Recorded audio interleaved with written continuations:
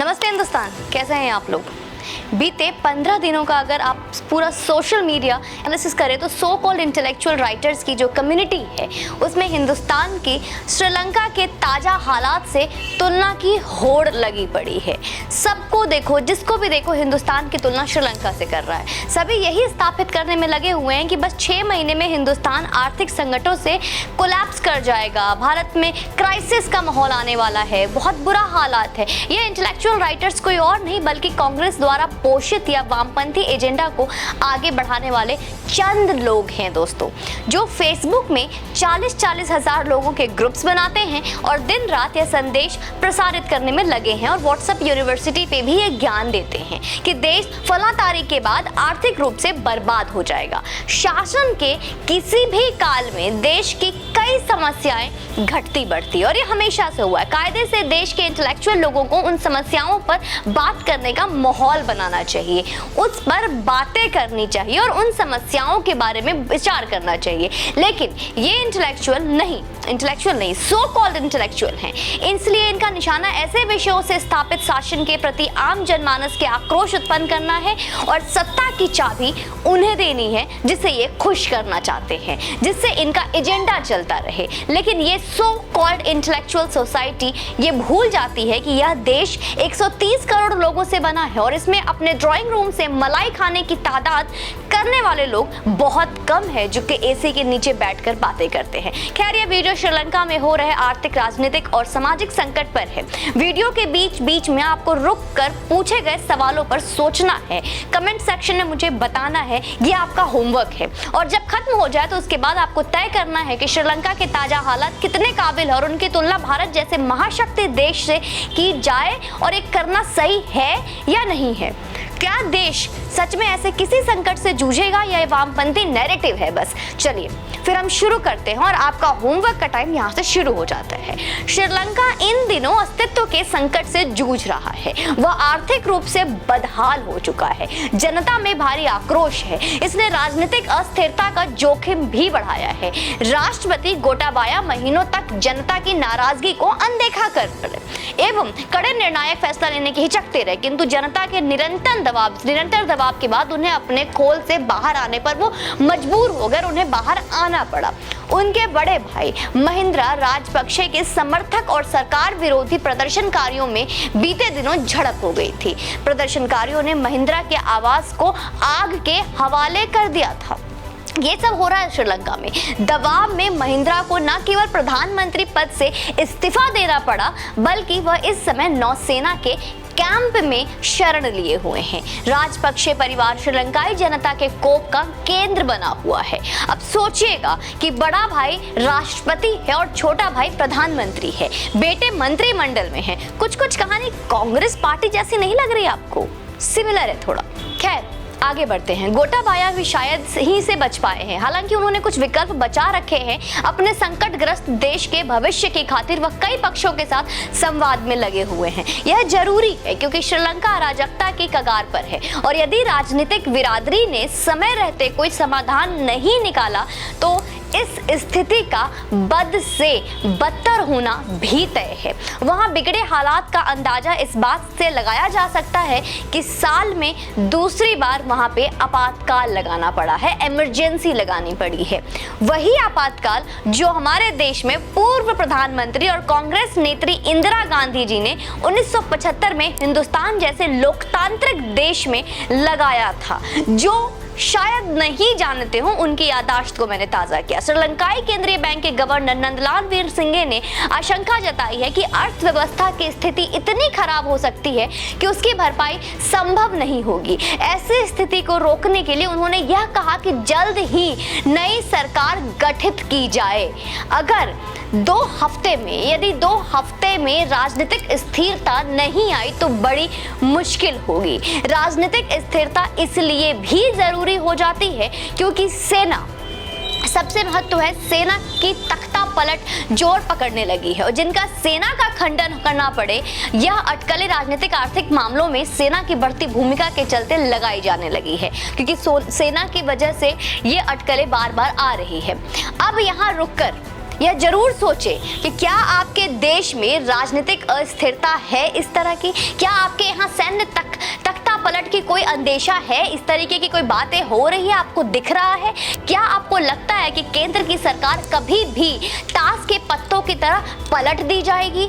सोचते जाइएगा, मैं सवाल पूछते जाऊंगी। अब आगे बढ़ते हैं, ये सवाल अभी आप जहन में डालिए, कमेंट सेक्शन में इसका जवाब दीजिए और आगे भी सुनिए। स्वतंत्र श्रीलंका के इतिहास में अभी तक के सबसे बड़े आर्थिक संकट की इस घड़ी में कोई उसके साथ नहीं दिख रहा। राजपक्षे परिवार ने आर्थिक कुप्रबंधन से उस अर्थव्यवस्था की बेड़ा गर्क कर दिया जो कुछ साल पहले तक शानदार प्रदर्शन कर रहे थे। जनता का सड़क पर प्रदर्शनकारियों के रूप में आक्रोश थमता भी नहीं दिख रहा, जो स्वयं के राजपक्षे परिवार द्वारा ठगा हुआ महसूस कर रहे हैं। गोटाबाया का राजनीतिक भविष्य भी अधर सा दिख रहा है। इस संकट में सामना करने में अभी तक उनका प्रदर्शन भी लचर ही रहा है। एक सब बेबस और लाचारी साफ साफ हमें दिख रही है और समझ में भी आ रहा है सबको। फिर यहाँ रुककर आप सोचने के लिए कुछ सवाल छोड़ देती हूँ। नंबर 1 सवाल जो सबसे महत्वपूर्ण है, परिवार की राजनीति देश में कौन कर रहा है?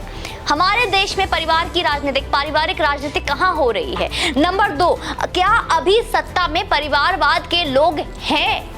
जो सत्ता अभी है। चलिए फिर आगे चलते हैं, 2 सवाल फिर से दिया मैंने आपको। वैसे तो इस आर्थिक संकट के बीच श्रीलंका के पिछले सरकारों के दौरान बो दिए गए थे इसके बीच, लेकिन 2019 के चुनाव में गोटाबाया द्वारा करों में बेतुकी कटौती के दावों से अधिक आपदा ने जल्द ही विकराल रूप धारण कर लिया।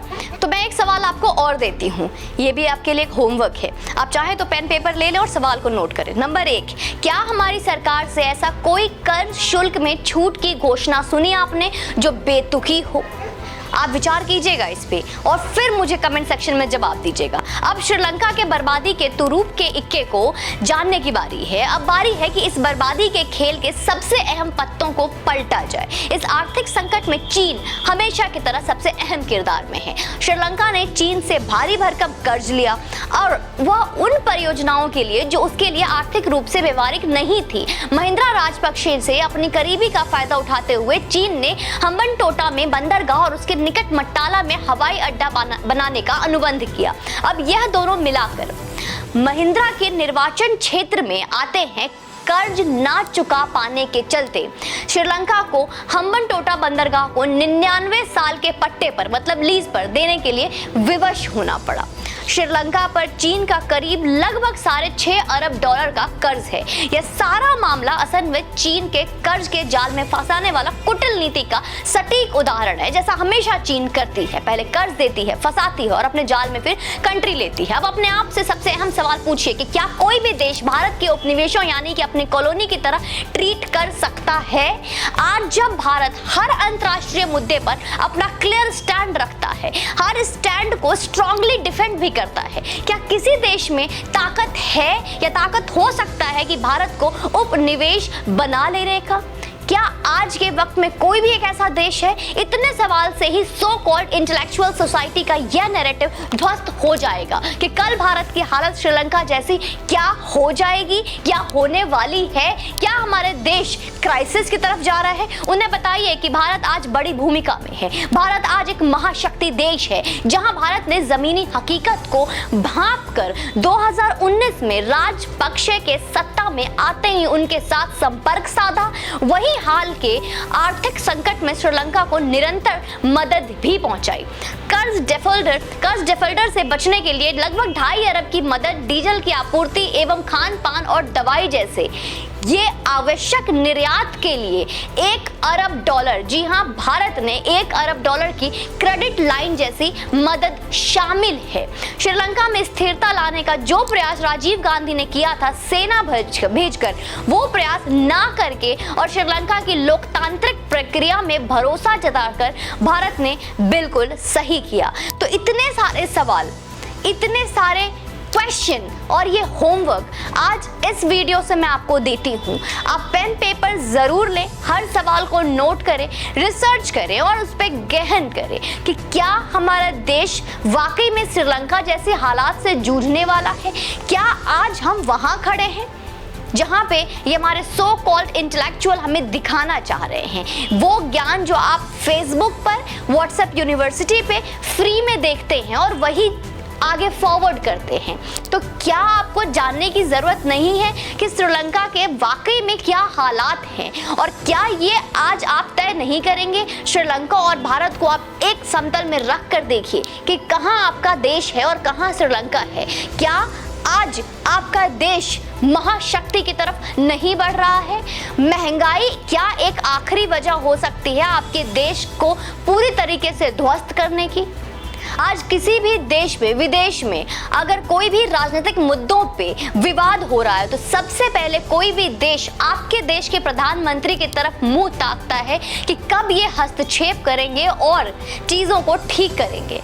तो क्या आज आपके देश के पास एक ऐसा प्रधानमंत्री नहीं है आपके पास जो एक बहुत स्ट्रांग है, जिससे आपका सर ऊंचा होता है, आपके देश का सर ऊंचा होता है और आप गर्वान्वित महसूस करते हैं? तो ये सारे सवाल आज मैं आपके लिए छोड़ कर जा रही हूं। कमेंट सेक्शन में मुझे आपके जवाब जरूर चाहिए। वीडियो को शेयर कीजिए और यूं ही सनातन परिवार को बढ़ाते रहिए। जय हिंद, वंदे मातरम।